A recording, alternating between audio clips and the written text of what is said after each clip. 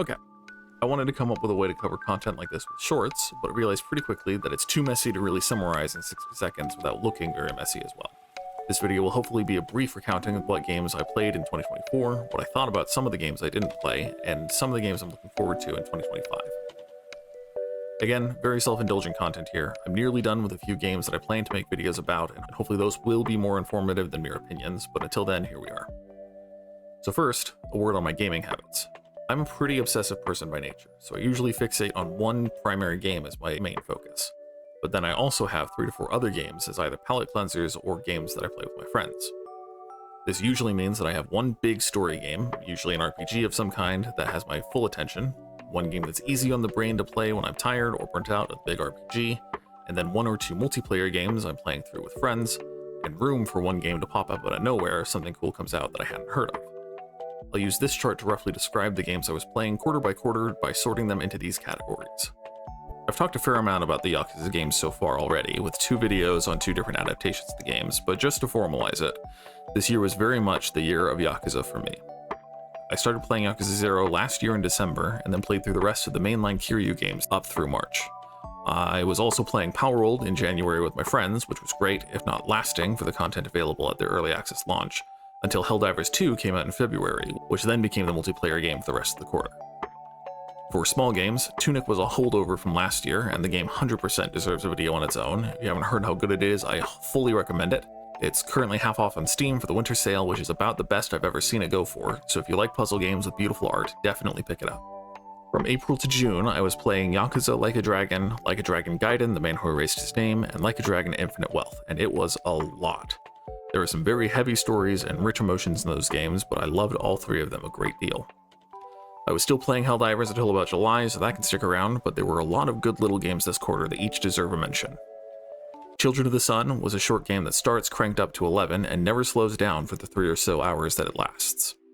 A lot of the intense, harsh neon violets and yellows from the visuals made it very clear how difficult the experience of the game was for the protagonist throughout, and I was really impressed with the execution of the game. Again, it was short, but very impressive. Hades 2 came out in May, and that also consumed my life for a few weeks. Hades was one of my favorite games from a few years back, and Hades 2 does a really good job of being a sequel without undermining everything good about the original. Runs feel a lot longer than in the first game, so while it doesn't have the exact one more run addictive nature of the first quite yet, I have hope that Supergiant Games will continue to succeed as they iterate through early access, because there's clearly a lot of good potential there. The other small game I played was Animal Well, which I was expecting neither to enjoy nor to play in the first place. However, I found myself with money to spare and bought the game impulsively. It's a real shame that Balatro came out this year, because Animal Well definitely deserved Indie Game of the Year in any world except one where Balatro exists. It's weird, it's different, it's a really interesting game that deserves your attention. I didn't love it the way that I loved other games this year, but I did really like it enough to want to include it here. Lastly, Another Crab's Treasure was a really great Souls-like game. It's not the same refined experience that From Software provides with their particular brand, but it definitely wasn't trying to imitate them 100%. It was just trying to be inspired by them, and very successfully. The bosses were really good, the game was well balanced, full of puns and bright visuals, and a surprisingly pragmatic view on how to cope with climate change, so it was really good. The end of June brought Shadow of the Erdtree, which took up a great deal of quarter 3 for me. This is also when I started posting videos to YouTube, so Beat Saber became a lot of what I played, particularly during my lunch breaks at work. I also started an honor mode run in Baldur's Gate 3, but I was too stressed about dying and losing my progress to deal with that and the stress of moving, which took place in July. After moving, I really started taxing my hard drive, so another reason I moved from Baldur's Gate 3 to various other things was the storage space limitation.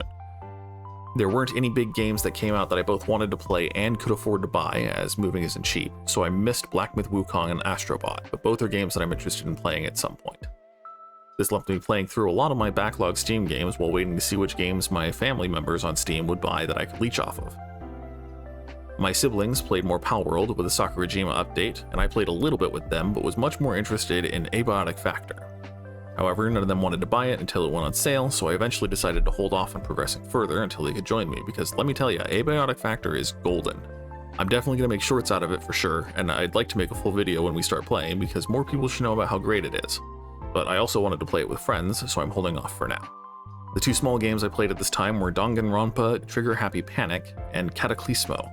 The former recommended to me by a friend. I had mixed feelings about the game overall, and the latter being a really cool indie game that took more time than I had for a little game, but was a good early access for sure. However, the game that absolutely consumed my life from September to November was Deep Rock Galactic. My brother bought me the game way back in 2020 or so, and invited me to play with some of his friends, but then made me play Gunner exclusively, so I freaking hated the game. However, I started playing by myself a little bit after seeing a bunch of good memes about the game, and my best friend had been playing a lot recently too, so we started playing together, and I learned how to play other classes, not to mention just figuring out all the things that didn't make sense when my brother and his friends tried to explain them. I played enough to promote each dwarf runs, which is great. I think I prefer Engineer the most, but I genuinely like all the dwarves with the right loadouts, which is a huge win for Ghost Ship Games for making each dwarf a lot of fun to play. Then for quarter 4, my hard drive was dying. I have too much footage that I'm trying to hold on to for potential videos, so I had to start uninstalling a lot of games. My best friend bought me Legend of Zelda Echoes of Wisdom, and he also gave me the idea for my currently best performing piece of content, which I'm very grateful for. I have my whole playthrough recorded because I really want to make a video about it, but it's also a lot of work to make that video since I want it to be actually good rather than just me ranting about my opinions, so look for that sometime next year. One of my Steam family members bought Metaphor Refantazio, which I had intentionally avoided playing the demo for because I knew I would be too poor to buy it, and I was skeptical because of my negative experience with Persona 5. But when I could play for free, I figured I'd give it a shot. Immediately, from the first half an hour, it was abundantly clear that this game was extremely well made and well thought out, so after dragging my feet a little, it became my RPG for the last quarter of the year. It's just really good. I got burnt out for a few weeks after the Virga Island story bit, but I'm back on it and having a good time. Hopefully I'm going to be done soon, but with these games you honestly can never tell. Abiotic Factor had gone on sale, so my friends had picked it up, but then Valheim came out with the Bogwitch update, which included the Straw Hat item, and since I and most of the friends I play games with are big fans of One Piece, that very arbitrary reason was why we decided to start a new Valheim world. My sister and I had gotten to the Mistlands before, but never attempted the boss because it was just pure misery. But we had a fun, relaxed time playing with my brothers and a few friends, and have now since made it to the Ashlands. It's been great, especially since now you can turn down a number of the worst world settings to make the game fun instead of just a chore. That's roughly my year in video games, or at least the games that were definitely worth mentioning. Now, a brief word on the Game Awards and some of the games I didn't play. I'm happy Astrobot won Game of the Year. I was personally in camp Balatro Sweep because an indie game deserves Geoff Keighley's Game of the Year at least once, and while there's no telling what's going to come in the future, Balatro's impact is undeniable, so I definitely think it could have been a good year for it. I don't think any game was nominated unfairly this year, which isn't true of every Game Awards show. The problem is that I only played Shadow of the Erdtree, half of Metaphor, and enough Balatro to recognize that it's not my kind of game. I can't really weigh in on whether Astrobot was better than Black Myth Wukong, but it's certainly been interesting to see how strongly people feel about it after the fact. My one bone to pick is that Metaphor beat out Like a Dragon Infinite Wealth for basically everything that both were nominated for. Not having finished Metaphor, I'm reserving a final judgment until I do, but I do feel like both recency bias and persona bias tilted the vote in Metaphor's favor. Not to mention that Infinite Wealth really does rely on 200 plus hours of other games to have its intended significance and impact. Again, for me, Infinite Wealth so far is my personal RPG of the year, but I'll keep an open mind until I'm done with Metaphor.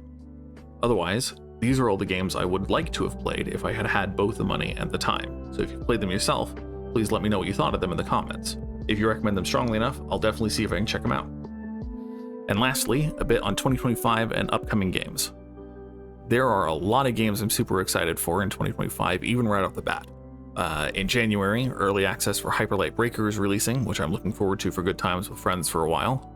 In February, Monster Hunter Wilds is a big one I'm still on the fence about, because clearly Like a Dragon Yakuza Pirate in Hawaii is going to be my primary focus, and I fear that I'll get too far behind my friends to realistically play with them. Other than that, Date Everything will hopefully be fun for a few hours, and I'm more interested in Avowed than I thought I would be, so we'll see whether I get a month of Game Pass or something when reviews are out for it. March will have Split Fiction, which I'm very excited for, as well as Atomfall, which could be really good, or could be absolute trash, we'll see. Later in the year, Deep Rock Galactic Rogue Core is scheduled for early access, and Nintendo is likely to drop Switch 2 at some point, so a lot to be excited for sure. All in all, 2024 was a very good year and about the best we could hope for after 2023 was such a standout year for games. I had a lot of fun playing games, and while I'm certainly hopeful I can get a job soon to feed my gaming addiction, I've also been having a lot of fun making these videos. I'm under no illusions about the flimsiness of YouTube careers and don't anticipate making any money off of YouTube for months or years yet, but it's been a huge part of my life this year and I'm glad for the things I've learned about video editing as well as content creation in general. This is a brief snippet of the videos I want to make in the near future, and I want to re-emphasize that I don't plan to hold myself to any strict release schedule on these, as I can only really do creative work I'm proud of when I have a clear idea on what to make, and lots of factors so far have made that clarity harder or easier to achieve in my life. However, I'm confident on the videos about Nine Souls and Signalis. I'm very optimistic about the Infinite Wealth and Metaphor video, and I plan to be playing some Zelda games to try to figure out what exactly I'm trying to say there, as I still haven't figured out how to frame it right. The video on sequels is one I've been thinking about a lot, so a lot of the groundwork is laid in my head already, but would need a lot of footage capture and a good amount of work to write everything down. So that might be my magnum opus for the year depending on what other gaming stuff happens. Otherwise, Happy New Year to everyone who made it this far. Please subscribe and like if you enjoyed the video, and as always, thank you.